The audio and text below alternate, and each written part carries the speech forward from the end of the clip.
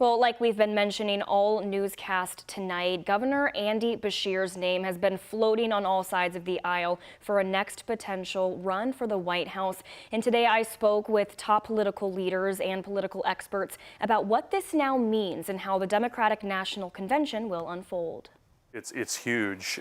We haven't had an open convention since 1968, and there's a lot of parallels with Lyndon B. Johnson and Joe Biden, both stepping out and kind of opening up the potential convention to competition from different candidates. Something our country hasn't seen in nearly 60 years. So I think it was the right move for him personally and likely the right move for the Democrat Party. President Joe Biden has now left the door open to who the Democratic presidential and vice presidential nominees will be come November. One of the top contenders, Kentucky Governor Andy Beshear. Governor Beshear has as good a chance as anyone, largely because, as we've seen over the last 50 years, being a governor is equally, if not more important than being a U.S. Senator or another type of position that would lead to the path to the White House or Vice President or President. Spalding University Dean of Graduate Education Kurt Jefferson says there's a good chance Beshear could end up on the top of that list. A sentiment Jeffersonville Republican Mayor Mike Moore is hoping for. I was so happy when I heard Governor Beshear's name getting mentioned.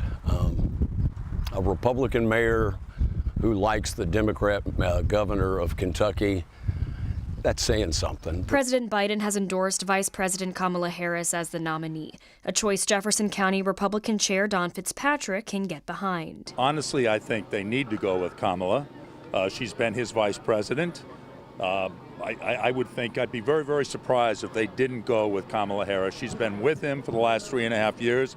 She's been very loyal. But to get to the point of nomination, the party must now figure out how the Democratic National Convention will play out, which is 1 month away. Biden will have to release his delegates, and then if that takes place, you're going to see potentially either a virtual kind of vote to muster the delegate votes prior to the convention and see if they will go toward Harris, or you could have the classic brokered convention. Brokered conventions were common for about a century prior to 1936. Where a candidate comes into the election without having a majority of the votes, and then the horse trading begins. And now they could become the norm again for the 2024 election. The way things were going, I don't think the Democrat convention would have been really worth watching. I think this makes it exciting.